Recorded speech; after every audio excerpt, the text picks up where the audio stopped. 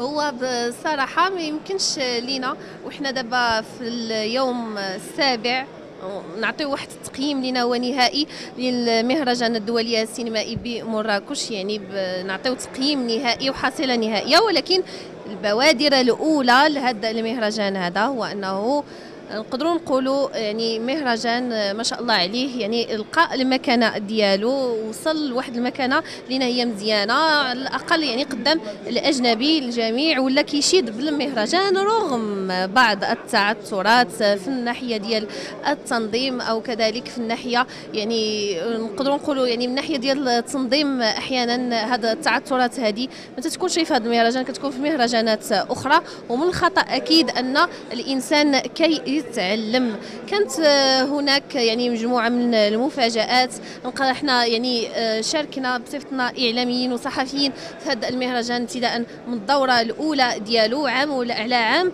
كنلاحظوا انه كاين هناك تطور، ولكن ما نقدرش نقول لك يعني التطور هو بارفي، كاين كذلك تعثرات. يعني الاهم هو انه اللجنه اللي كتسهر على تنظيم هذا المهرجان انها تستفد من الاخطاء وتستفد من التعثرات اللي حاصله في كل دوره، باش يعني مهرجان مراكش يولي يضاهي مهرجان كان السينمائي الدولي.